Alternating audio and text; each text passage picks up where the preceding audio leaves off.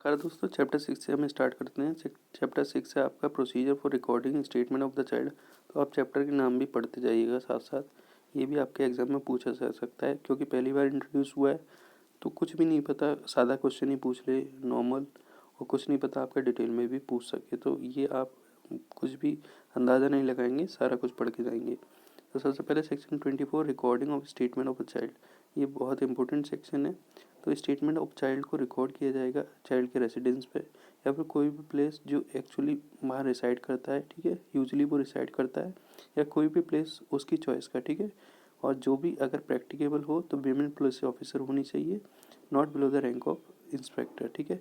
Sub inspector है इसमें, ठीक है। तो अब इसमें एक चीज़ पूछने लायक है कि विमेन पुलिस ही क्यों बोला गया है प्रैक्टिकेबल। देखो, ज़्यादातर बच्चे होते हैं वो माँ के सामने बोलना बहुत ईजिली समझते हैं, ठीक है। माँ के सामने वो जल्दी बोल देते हैं बजाय पिता के। तो इस वजह से इसको विमेन पुलिस ऑफिसर को इसमें ज़्यादातर तवज्जो दी गई है, ठीक है। अगर नहीं भी हो तो चल जाएगी, एज फार एज प्रैक्टिकेबल का है ना, ठीक, जहाँ तक प्रैक्टिकेबल हो।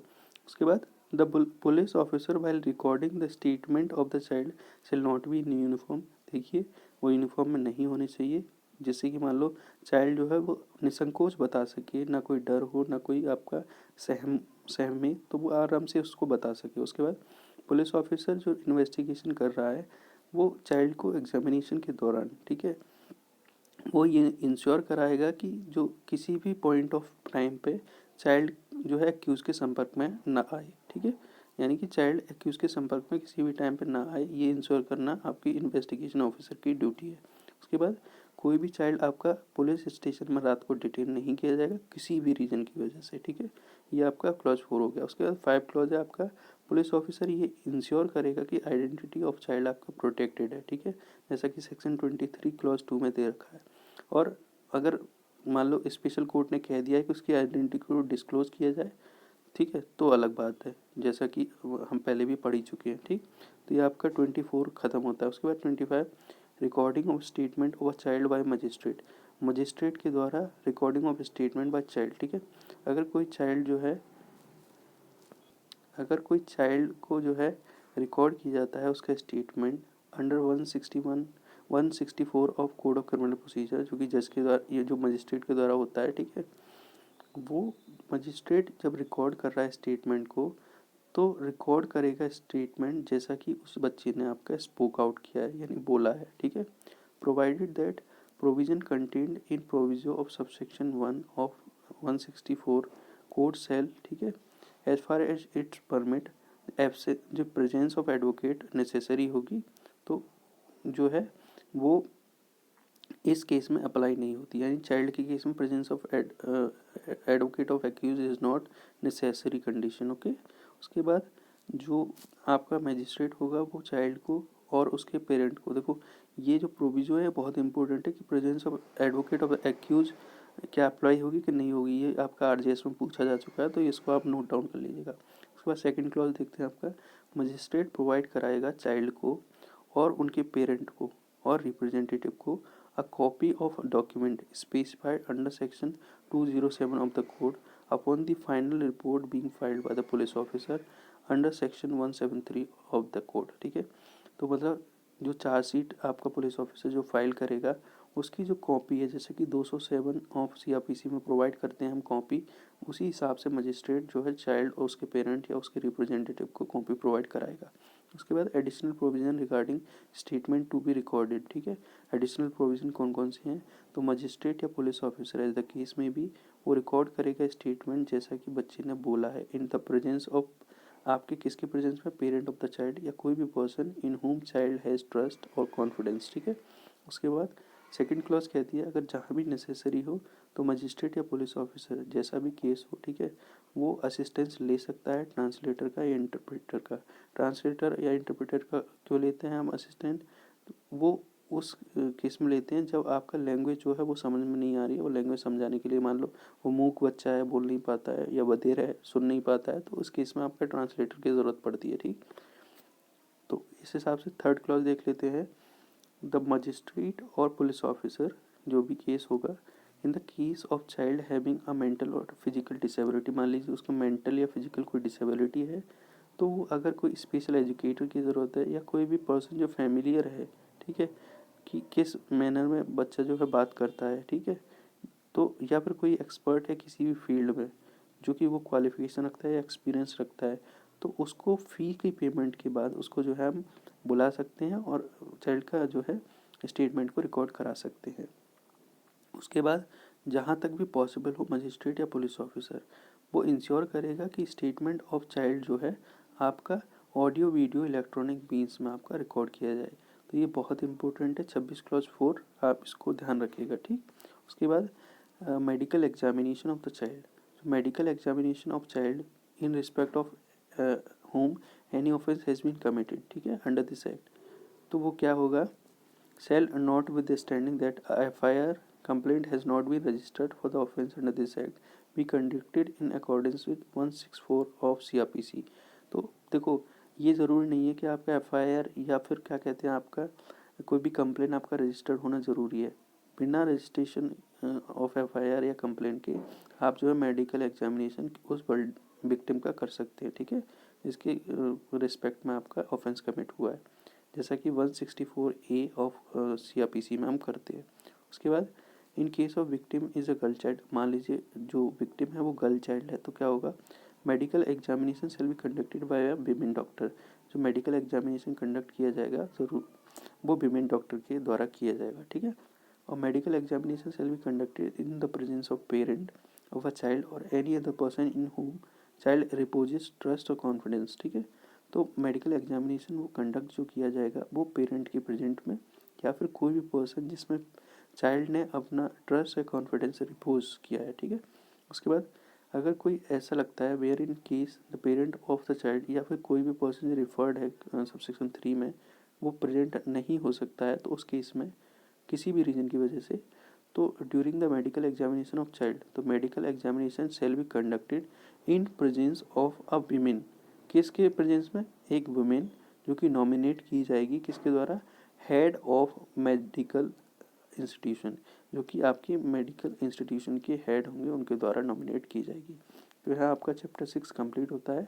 Now we will starting with chapter 7। Chapter 7 है आपका डेजिग्नेशन ऑफ स्पेशल कोर्ट। तो चाइल्ड के लिए स्पीडी ट्रायल के लिए प्रोवाइड कराने के लिए स्पीडी ट्रायल मतलब फास्ट ट्रैक कोर्ट्स का अपना स्पेशल कोर्ट होते हैं ये। तो स्टेट गवर्नमेंट ये देखिए ये याद रखिएगा, स्टेट गवर्नमेंट है इसमें shall in consultation with chief justice of high court, high court की चीफ जस्टिस हैं उनके कंसल्टेशन के साथ ऑफिशियल गजेट में डेजिग्नेट करेगी हर एक डिस्ट्रिक्ट में कोर्ट ऑफ सेशन को कि वो एज ए स्पेशल कोर्ट आपका काम करे। किस चीज़ के लिए, to try the offence under this act, यानी पॉक्सो के अंदर जो भी केस है आपके उनको डिसाइड करने के लिए। तो आपसे ये पूछ सकता है कि which court can be designated as a special court under POCSO, then you can say the court of session can be designated as a special court by कौन, home, state government and with consultation of chief justice of high court, ठीक है।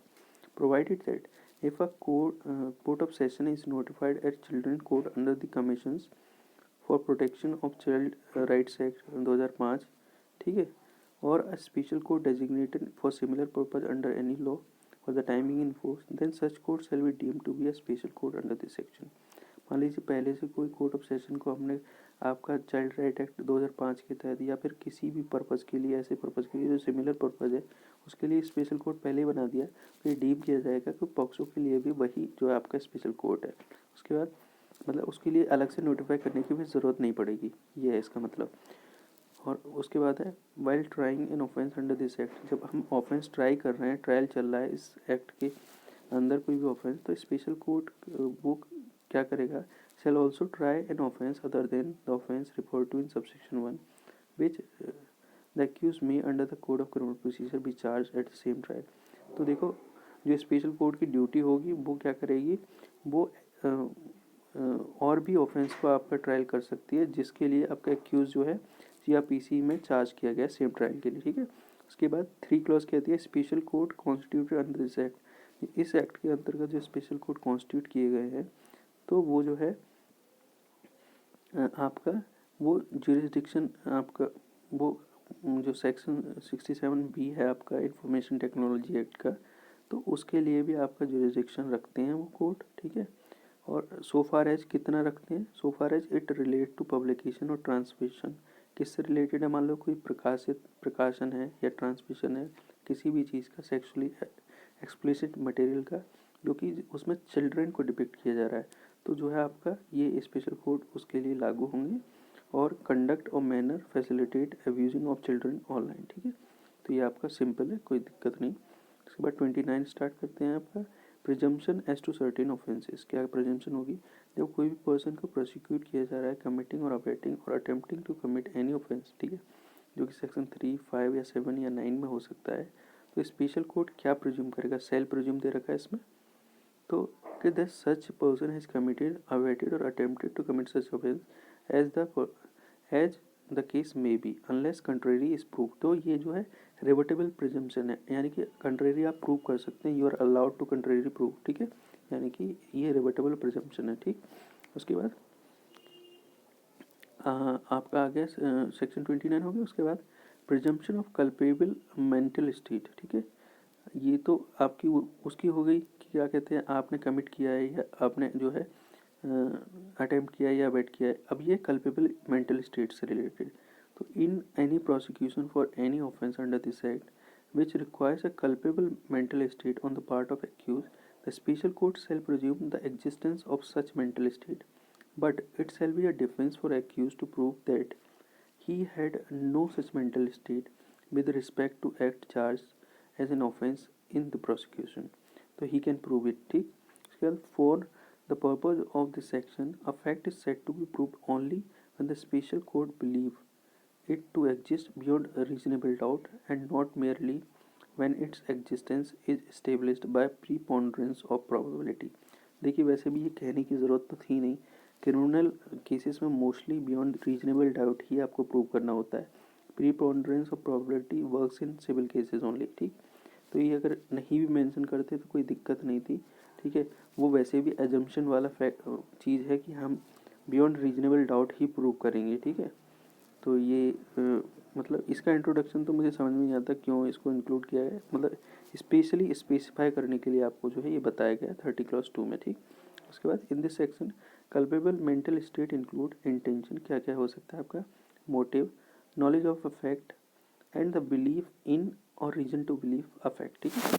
तो ये आपके इसमें mental state में इंसरिया की ये पार्ट दे रखे हैं, क्या क्या आ सकता है, intention, motive, knowledge of fact या बिलीफ या रीजन टू बिलीव अफेक्ट, ठीक है।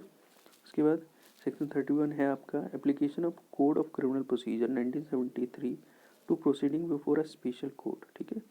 तो जो आपका कोड ऑफ क्रिमिनल प्रोसीजर है वो जो है उसके आपके जो भी बॉन्ड से रिलेटेड या जो भी आपके प्रोविज़न होंगे वो अप्लाई होंगे स्पेशल कोर्ट, मतलब इस एक्ट के तहत, ठीक है। और मतलब उस पर्पज़ के लिए जो कि आपके सेट प्रोविजंस में बताया गया है। तो स्पेशल जो कोर्ट है वो भी आपका कोर्ट ऑफ सेशन की तरह आपका डील करेगा, and the person conducting the prosecution before special court shall be deemed to be public prosecutor. और जो पर्सन आपका प्रोसिक्यूट कर रहा है केस उसको पब्लिक प्रोसिक्यूटर समझा जाएगा, ठीक है। उसके बाद आपका स्पेशल पब्लिक प्रोसिक्यूटर्स के बारे में बताया है, तो स्टेट गवर्नमेंट नोटिफाई करेगी, ड्यूटी है उसकी, the official gazette appoint a special public prosecutor for every special court, यानी कि हर एक स्पेशल कोर्ट के लिए आपका स्पेशल पब्लिक प्रोसिक्यूटर को अपॉइंट करना ये स्टेट गवर्नमेंट की ड्यूटी है, for conducting cases only under the provision of this act. इस एक्ट के प्रोविजंस के लिए केस को कंडक्ट कराने के लिए सिर्फ, ठीक है, only under the provision of this act, ठीक। इसमें ओनली दे रखा है, ये पर अंडरलाइन कर लीजिएगा। उसके बाद a person shall be eligible to be appointed a special public prosecutor under subsection 1 only if he had been in practice for not less than 7 years as an advocate।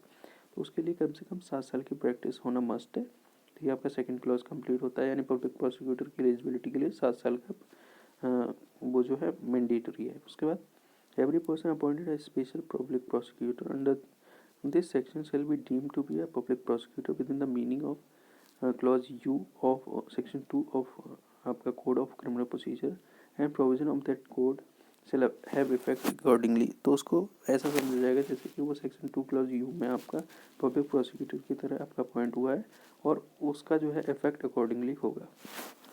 उसके बाद ये चैप्टर 8 देखते हैं हम चैप्टर 8 में आपका जो है ये 33 से लेके आपका 38 तक सेक्शन है, बहुत सिंपल है।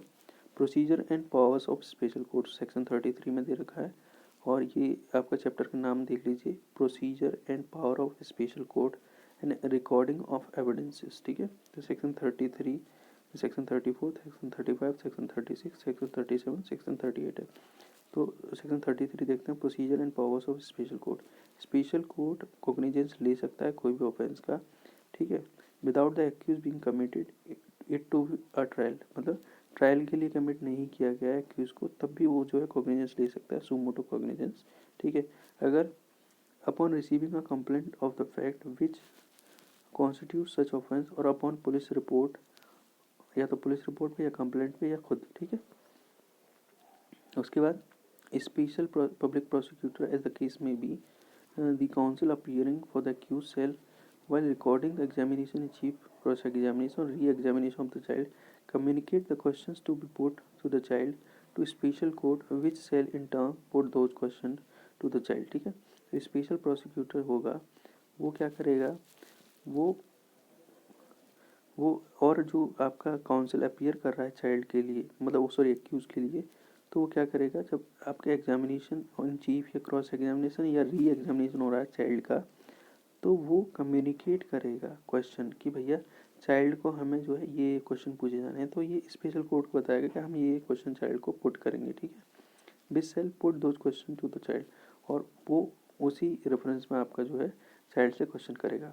स्पेशल कोर्ट क्या करेगा, अगर वो नेसेसरी समझता है तो permit frequent break for the child during the trial, तो फ्रीक्वेंटली उसको ब्रेक्स दे सकता है कि हाँ भैया आराम कर लो, थोड़ी देर बाद पूछ लेना बच्चे से, तो ऐसा करके जो है स्पेशल कोर्ट कह सकता है। उसके बाद special court shell create a child friendly atmosphere, child friendly atmosphere create करना पड़ेगा। ऐसा नहीं है कोर्ट रूम में यार वो डर जाए, ठीक है, सहम जाए, मेंटली इतना एगनी हो जाए उसको कि वो लाइफ में आगे ना बढ़ पाए। देखिए होता है बच्चों के साथ, तो ऐसा इन्वायरमेंट क्रिएट करेंगे कि वो चाइल्ड फ्रेंडली हो। ठीक है, allowing a family member and a guardian, a friend और relative in whom child has trust confidence to be present in the court, यानी कि वो कोर्ट में ऐसे बंदों के साथ प्रेजेंट रहे, या तो फैमिली मेम्बर या कोई भी गार्जियन हो, संरक्षक हो उसका, या कोई भी मित्र हो, या कोई भी आपका रिश्तेदार हो, जिसमें कि चाइल्ड ने आपका ट्रस्ट रिपोज किया है या कॉन्फिडेंस आपका रिपोज किया है, वो प्रेजेंट होना चाहिए कोर्ट में। उसके बाद 5वीं क्लॉज कहती है कि स्पेशल कोर्ट शेल इंश्योर, देखिए 5वीं क्लॉज इंपॉर्टेंट है, स्पेशल कोर्ट इंश्योर करेगा, ये ड्यूटी बाउंड है उसकी, कि child is not called repeatedly to testify in court, कि चाइल्ड को जो है रिपीटेडली ना बुलाया जाए कि टेस्टिफाई करे वो कोर्ट में। ठीक है, उसके बाद 6 देखते हैं, स्पेशल कोर्ट होगा वो एग्रेसिव क्वेश्चंस, ठीक है, जो कि क्या कहते हैं, या करेक्टर एसेसिनेशन कर रहा हो चाइल्ड को, तो उसको परमिट नहीं करेगा। देखिए वैसे भी 151 और 152 ऑफ इंडियन एविडेंस एक्ट में रिस्ट्रिक्टेड है ऐसे क्वेश्चन पूछना। ठीक है, और इसमें भी ऐसे दे ही रखा है। ठीक है, and ensure the dignity of child, ठीक, और डिग्निटी ऑफ चाइल्ड को मेंटेन करेगा, is maintained and at all time during the trial, कि हर एक समय dignity of child is maintained. ठीक है, नॉट ये वो नहीं दे रखा है ईच टाइम, ठीक है, ऑल टाइम, यानी कि ड्यूरिंग दी आपकी जो ट्रायल हो रहा है उस हर एक समय पे जो है आपका dignity of child should be maintained and insured, ठीक है, by the special court. The special court shall ensure that identity of child is not disclosed at any time during the course of investigation or trial. And investigation of the trial, sorry, during the course of investigation या trial के दौरान child की जो है identity disclose न की जाए, provided for reasons to be record in writing. Special court may permit such disclosure if it's in opinion such disclosure is in the interest of child. Special court अगर deem होता है, fit समझता है वो, तो वो अपने ओपिनियन में ये कह सकता है कि भैया डिस्क्लोजर कर दो, ये इंटरेस्ट ऑफ चाइल्ड के लिए है ज़रूरी। उसके बाद एक्सप्लेनेशन में दे रखा है आपका, for the purpose of this sub section, इस सेक्शन के पर्पज़ के लिए जो एक्सप्लेनेशन में दे रखा है, आइडेंटिटी ऑफ चाइल्ड इंक्लूड करेगी identity of child family, school या रिलेटिव या कोई भी नेबरहुड या कोई भी ऐसी इन्फॉर्मेशन जिससे आइडेंटिटी ऑफ चाइल्ड रिवील हो सके, तो उसको भी आपका इंक्लूड करेगी।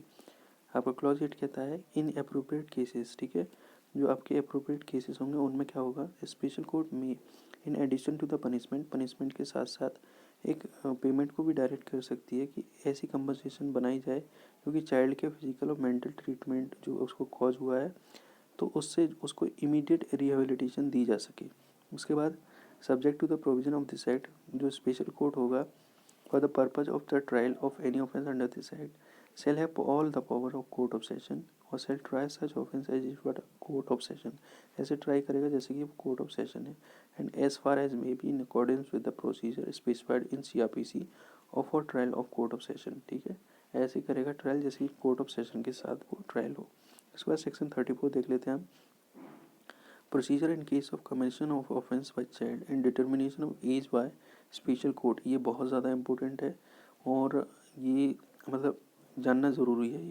ये जुवेनाइल जस्टिस एक्ट में भी दे रखा है, इसमें भी दे रखा है, ठीक है।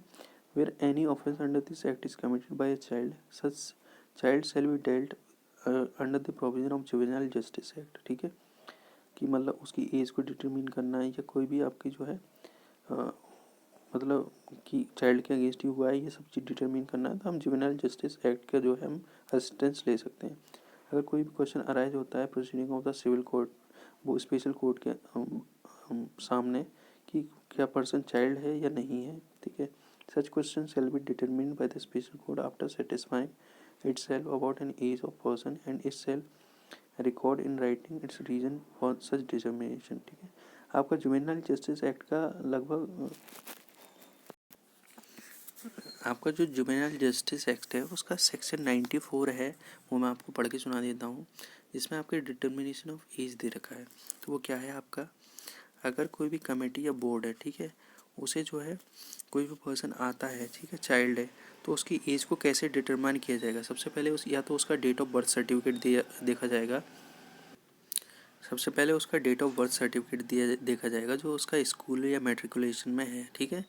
उसके बाद जो है अगर आपका डेट ऑफ बर्थ सर्टिफिकेट नहीं है तब उसका जो है बर्थ सर्टिफिकेट अगर किसी कॉर्पोरेशन या म्यूनसिपल अथॉरिटी या पंचायत ने दिया है तो वो देखा जाएगा। अगर वो भी नहीं है तो आपका जो है डिटर्मिनेशन किया जाएगा। एक ऑसिफिकेशन टेस्ट होता है, ऑसिफिकेशन टेस्ट होता है जिसमें अस्थि जो होती है ना, हम उसका टेस्ट करते हैं, यानी कि हड्डी की एक ग्रोथ होती है और ये एक विज्ञान होती है, ठीक है। ऑसिफिकेशन टेस्ट उसके तहत हम करते हैं, ठीक है, और फिर हम डिटरमाइन करते हैं एज ऑफ द चाइल्ड को, ठीक है। तो ये आपका मैंने जुवेनाइल जस्टिस एक्ट का 94 सेक्शन बता दिया जिसके हम असिस्टेंस लेते हैं, ठीक है। उसके बाद अगर कोई भी क्वेश्चन अराइज होता है किसी प्रोसीडिंग में, पर्सन इज अ चाइल्ड और no question shall be determined, ठीक है, वो हम मतलब पहले हम एज को डिटरमाइन करेंगे और उसके बाद रिकॉर्ड करेंगे रीजंस को, ठीक है। उसके बाद कोई भी ऑर्डर किसी भी स्पेशल कोर्ट के द्वारा नहीं बनाया जाएगा और यानी कि वो जो है no order made by special court shall be deemed to be invalid, मतलब कोई भी जो ऑर्डर है उसको हम इनवैलिड नहीं मानेंगे, ठीक है, स्पेशल कोर्ट ने जो बनाया है, बाय मेयरली किस चीज़ से, मात्र इस चीज़ से कि उसका जो है age of person determined by it, ठीक है, was not correct age of that person. मान लो हमने एज का डिटर्मिनेशन गलत कर दिया स्पेशल कोर्ट ने, तो इसका मतलब ये नहीं है कि भैया वो जो है ऑर्डर जो बनाया है स्पेशल कोर्ट का वो डीम्ड इनवैलिड है। उसके लिए हमें सर्कमस्टेंस देखनी पड़ेगी, बाकी वो मटेरियल मतलब मेरिट्स ऑफ द केस को डिस्टर्ब कर रहा है तब तो ठीक है। अगर मेरिट ऑफ केस को डिस्टर्ब नहीं कर रहा है तो why will be deeming it as invalid, ठीक है। तो ये इसमें कहा गया है 34 क्लॉज 3 में। उसके बाद आपका है 35 period for recording of evidence of child and disposal of case. The evidence of child shall be recorded within a period of 30 days, ठीक है, ये आप मार्क कर लीजिएगा, अंडरलाइन कर लीजिएगा। उसके बाद of the special court taking cognizance of the offence and reasons for delay if any shall be recorded by special court, ठीक है। यानी कि देखो पहले तो 30 दिन में आपका रिकॉर्ड कर लिए जाएंगे एविडेंस, ठीक है। अगर मान लो मतलब कॉग्निजेंस के ऑफेंस के लेने के बाद 30 दिन में अगर मान लो डिले भी हो जाती है तो उसके आपको रिकॉर्ड रिवीजन करने पड़ेंगे स्पेशल कोर्ट को। स्पेशल कोर्ट जो है कंप्लीट करेगा trial as far as possible within a period of 1 year from the date of taking cognizance of the offence. तो ये आपका 35 का क्लॉज 1 क्लॉज 2 बहुत इंपॉर्टेंट हो जाता है। ये पहले में एविडेंस रिकॉर्ड के लिए 30 दे रखे हैं और जो है आपका ट्रायल के लिए आपका 1 ईयर दे रखा है, ठीक। उसके बाद 36 देख लेते हैं। Child not to see accused at the time of testifying, वैसे भी पहले बता चुके हैं कि स्पेशल कोर्ट इंश्योर करेगा चाइल्ड जो है किसी भी वे में एक्सपोज ना किया जाए एक्यूज के सामने, ठीक है। और और ये भी इंश्योर किया जाएगा कि एक्यूज किसी भी टाइम पे जो है सुन ना ले जो स्टेटमेंट आपका जो है चाइल्ड ने कम्युनिकेट किया है एडवोकेट के साथ। ठीक, उसके बाद for the purpose of subsection 1 special court record कर सकता है स्टेटमेंट ऑफ चाइल्ड का थ्रू वीडियो कॉन्फ्रेंसिंग और by utilising single visibility mirrors और कर्टेन्स और एनी अदर डिवाइसेस। ठीक है, तो ये आपका 36 क्लॉज 2 हो गया। और 36 क्लॉज 2 का वो जो मार्जिनल हेड भी लोग पूछ सकते हैं, ये पूछा है इसलिए बता रहा हूँ मैं। Child not to see accused at the time of testifying, ये स्पेशली 36 में दे रखा है। ठीक, उसके बाद trial to be conducted in camera proceeding चलेगी। The court shall try cases in camera and in the presence of parents of the child or any other person in whom child has trust or confidence, provided that where a special court is of opinion this child needs to be examined at a place other than court, अगर court के अलावा किसी और place पे उसका ज़रूरी है examination करना, तो it's shall proceed to issue a commission in accordance with, और वो कमीशन आपका इशू कर देगा, जैसे कि आपका 284 of code of criminal procedure में कमीशन आपका इशू करते हैं। इसके बाद असिस्टेंस ऑफ एन इंटरप्रेटर और expert while recording evidence of the child. मान लीजिए चाइल्ड की कंडीशन ऐसी है कि वो जो है उसको असिस्टेंट ऑफ ट्रांसलेटर की ज़रूरत है, यानी कि ट्रांसलेटर की ज़रूरत है उसके लिए, सहायता के लिए, और या इंटरप्रेटर की ज़रूरत है जिसके पास क्वालिफिकेशन है, एक्सपीरियंस है, तो उनको पेमेंट ऑफ फ़ी पे हम बुला सकते हैं और जो है रिकॉर्ड करा सकते हैं एविडेंस को चाइल्ड की। अगर चाइल्ड की मेंटल फिजिकल डिसेबिलिटी है तो वो जो है स्पेशल एजुकेटर्स का भी हम सहायता ले सकते हैं, जो कि क्या कहते हैं किसी भी मामले में फेमिलियर है in the manner of communication of child, की चाइल्ड कैसे बात करता है, और an expert in that field having such qualification, और हमें उसे पेमेंट पे देके हम बुला सकते हैं और रिकॉर्ड करा सकते हैं एविडेंस को। उसके बाद चैप्टर 9, ये लास्ट चैप्टर है। देखिए इसमें मैं सिर्फ 4 या 5 सेक्शन शुरू के बताऊंगा, बाकी जो लास्ट के जो 3 सेक्शन है वो 3 या 4 सेक्शन है वो खुद पढ़ने हैं आपको, उसमें कुछ ज़्यादा ज़रूरी नहीं है, लेकिन एक बार देख लीजिएगा कि ठीक। तो मैं जो इम्पोर्टेंट सेक्शन है वो बता रहा हूँ चैप्टर 9 में। अब ये चैप्टर 9 आपको खुद करना है, ये बहुत सिंपल है। तो इसमें सबसे ज़्यादा इम्पोर्टेंट जो मुझे लगता है वो है आपका गाइडलाइन, वो 39, 40, आपको 41 और 42, ठीक, और 42A भी आपका इम्पोर्टेंट है। तो ये 5 सेक्शन आपके इम्पोर्टेंट हैं इसमें। तो ये आपके 5 सेक्शन हम देख लेते हैं। Guidelines for child to take assistance of experts, ठीक है, subject to such rule as may be made in this behalf. State government provide कराएगी गाइडलाइन, ठीक है, कि एनजीओज़ का या प्रोफेशनल्स का कैसे हम यूज़ करेंगे एक्सपर्ट को, ठीक है, या person having knowledge of psychology, social work, physical health, mental health और child development to be associated with pre trial और trial stage to assist the child. ये क्या क्या आपकी जो है गाइडलाइंस होंगी वो स्टेट गवर्नमेंट की ड्यूटी होगी। तो आपको सिर्फ इतना याद रखना है, state government self prepare guideline, ठीक है। उसके बाद right of child to take assistance of legal practitioner, ये जो है चाइल्ड का राइट है, जैसे कि आपका 301 ऑफ CRPC में दे रखा है। द फैमिली और the guardian of the child shall be entitled to assistance of legal counsel for this choices, अपनी चॉइस का, and right to choice of legal, मतलब वैसे भी लीगल एड तो आपका 39A में आपका directive principles of state policy है, लेकिन चाइल्ड के रिस्पेक्ट में ये आपकी ड्यूटी बाउंड हो जाती है कि आपको जो है उनको एंटाइटल किया जाए कोई भी लीगल काउंसिल को जो कि उनकी चॉइस का हो, ठीक है। उसके बाद provide that if the family और the guardian of a child are unable to afford a legal counsel, मान लीजिए वो इंडिजेंट हैं या फिर वो गरीब हैं, वो आपका जो है अनेबल हैं अफोर्ड करने के लिए लीगल काउंसिल के लिए, तो लीगल सर्विस अथॉरिटी उन्हें एक लॉयर प्रोवाइड कराएगी, ठीक। ये आपका सेक्शन 40 में दे रखा है। उसके बाद 41 बहुत ज़्यादा इंपॉर्टेंट है। सेक्शन 41 आराम से पढ़ेंगे हम। Provisions of section 3 to section 30 not apply in certain cases. तो कौन से केसेस हैं? Provision of section 3 to 13 both inclusive, ठीक है, यानी 3 को भी इंक्लूड किया गया है और 13 को भी इंक्लूड किया गया है, और 3 से लेके 13, यानी कि इसमें वो है वो किस केस में अप्लाई नहीं करेंगे। मान लीजिए कोई भी मेडिकल एग्जामिनेशन या मेडिकल ट्रीटमेंट हो रहा है चाइल्ड का, ठीक है, जहाँ मेडिकल एग्जामिनेशन या मेडिकल ट्रीटमेंट जो है with the consent of parent और गार्जियन दिया जा रहा है, तो हम ये नहीं करेंगे। मान लीजिए एग्जामिनेशन हो रहा है, अब एग्जामिनेशन में डॉक्टर जो है प्राइवेट पार्ट भी टच करता है चाइल्ड के, तो अब हम चाहें तो हम डॉक्टर के खिलाफ भी केस कर सकते हैं, तो उसके लिए प्रोटेक्शन है, ठीक है। यानी 41 में हम वो जो मेडिकल एग्जामिनेशन मेडिकल ट्रीटमेंट चल रहा है चाइल्ड का, उस केस में हम जो है उन डॉक्टर्स पे ये जो है एक्ट ये प्रोविजंस अप्लाई नहीं करेंगे। ठीक, उसके बाद अल्टरनेटिव पनिशमेंट, ये सेक्शन 42 आपका इम्पोर्टेंट है। सेक्शन 42 कहता है अगर कोई भी एक्ट या ओमिशन होता है जो कि क्या कहता है 166A(3), इसमें जो भी ऑफेंस दे रखे हैं IPC के वो देख लीजिएगा। तो कोई भी आपका जो ऑफेंडर होगा, मान लीजिए वो इस ऑफेंस के लिए भी लायबल पाया जाता है, तो उनको जो पनिशमेंट दी जाएगी, ठीक है, shall be liable punishment only under this act, इस एक्ट के तहत, या फिर अंडर इंडियन पीनल कोड, ठीक है, for punishment which is greater in degree. अब ये याद रखना, देखिए यहाँ चॉइस होगी, यानी कि जो सबसे ज़्यादा ग्रेटर इन डिग्री पनिशमेंट होगा हम वो प्रोवाइड कराएंगे। ठीक, वो इस एक्ट में या IPC में दोनों में देखेंगे कि इसमें ग्रेटर पनिशमेंट है तो हम उसी के लिए उसको जो है पनिशमेंट देंगे।